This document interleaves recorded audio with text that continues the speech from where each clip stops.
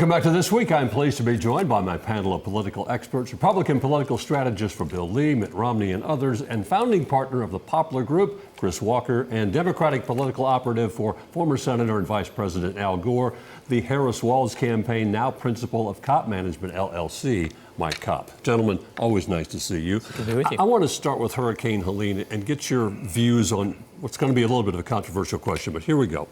It's obviously devastated the South, claiming hundreds of lives, displacing millions who lost their homes and families. As the storm was still claiming lives, former President Trump, numerous other Republicans, including some Tennessee elected Republicans, falsely claimed the Biden administration was withholding aid from red states. Democratic governors were withholding aid from Republican-damaged areas. It was never true.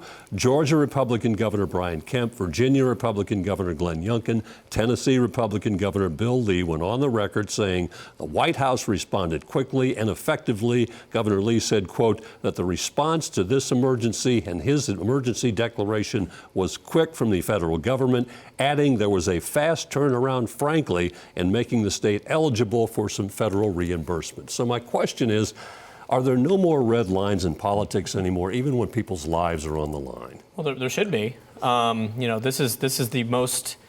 This is a moment for community and caring, and not politics. Right. Anyone who's trying to politicize something like that needs to be looked at and said, look in the mirror and go, what are you doing? We've had people hurting. There's hundreds of people that have died. This is not a time to play partisan politics. This is time to come together as a community, as multiple states, as a country, to help those that are in need right now. I agree with everything Chris said. I think people are smart enough to see what that kind of rhetoric is, and I think those people will be held accountable, starting with former President Trump all the way down to people who follow his lead on that sort of thing. The voters, the citizens, the public's going to hold them accountable. I know we get lost in the moment, but I do think that it's important to talk about people's lives are at risk and the loss that we've seen.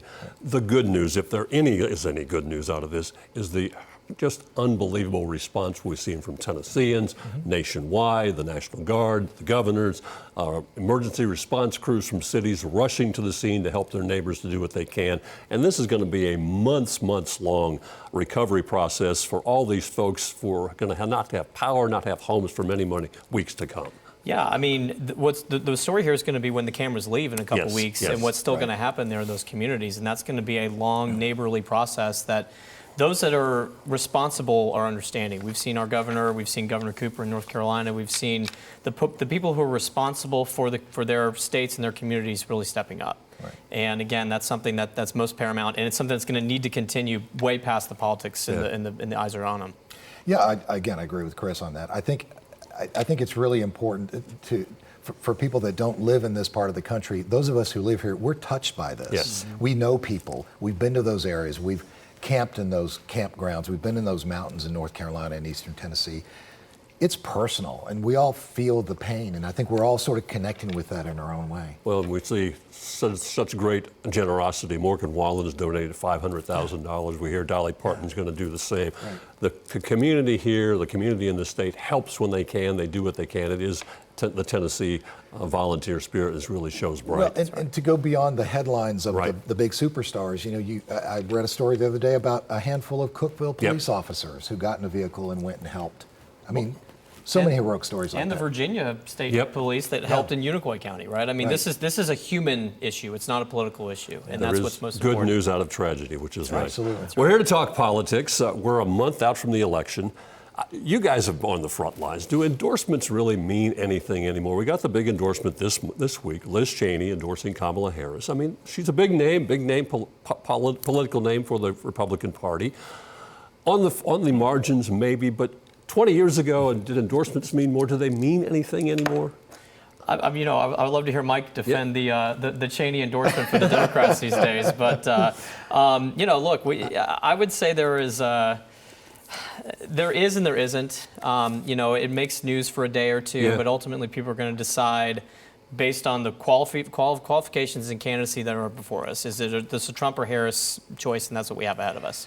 I would agree. I think at this cycle and at this stage in the cycle, I think most people have made up their minds and they're waiting to see if the candidate that they're either for or leaning toward, what they're going to be doing, not necessarily what other people are saying about them. I think they're paying really close attention to That the was my candidates. next question. Do either of you believe there are any undecided voters at this point? And it has to be such a tiny number. Are we past the point of issues? Are we at the point now, get the people we know are going to vote for me to the polls, get the people that we know are going to be to the polls, and that's who's going to win this election? That's always what it comes down Sure. to. I mean, at the end of the day, and I know Chris can speak to this too, it's all about counting votes, and it's getting your people to the polls this close to the election. And I know it may feel like it's a lifetime away. 30 days. It's 30 days, and it's all about the ground game. One of the things that we've been doing, working with the Harris campaign, is going to field offices. They're in full operation. It's all about making phone calls, knocking on doors. That still matters. Absolutely, I agree. And getting your people out is one thing, but it's also I think there are some still swing voters out Okay. there. I'm not sure Trump's not going to be able to convince anybody any differently. Ultimately, people are going to decide, have the last 4 years been something I want to continue or not? And that's where some people are trying to make that decision, I think. Let's talk about the impact will there be on this election. Are people aware of the danger that's going on in the Middle East? Iran firing on Israel, Israel promising retaliation. Literally, this could really widen the war. The president is urging response, okay, but dedicated response that is not over the top. We don't know where this is going to go. Yeah, I think we certainly can see what's happening here. I think a lot of folks, people that are just trying to get through, trying to make a living, I think a lot of that seems distant, and it's very complicated. It's not black and white. It's Right. hard to know who are the good guys and the bad guys in this. You have the Prime Minister of Israel who made some really dumb things that helped kind of stir this thing up initially. So who are the good guys and the bad guys? I think most people don't understand that. It's very complicated. So I don't know how it's going to impact the race. I think we all know that it's going to impact what happens in our country and what's happening on the world front. I would lean more on the good guys here on the Israel side. I mean, this is in part because of what happened October 7th. We're coming yes. up on the year anniversary of that. When you have a terrorist state like Iran funding Hezbollah and Hamas, and Israel saying this is no more of this, I think there's some moral clarity there. But it is hard when you have inflation and gas prices and groceries and things that are happening for folks to look at Israel and Iran and go, how does this impact me? It impacts tremendously because the global instability is also bringing instability back here at home as well. Minute to go, you each get 30 seconds. The debate between the two vice presidential candidates, does it matter? People vote. Do they vote for the vice president? Was there a winner?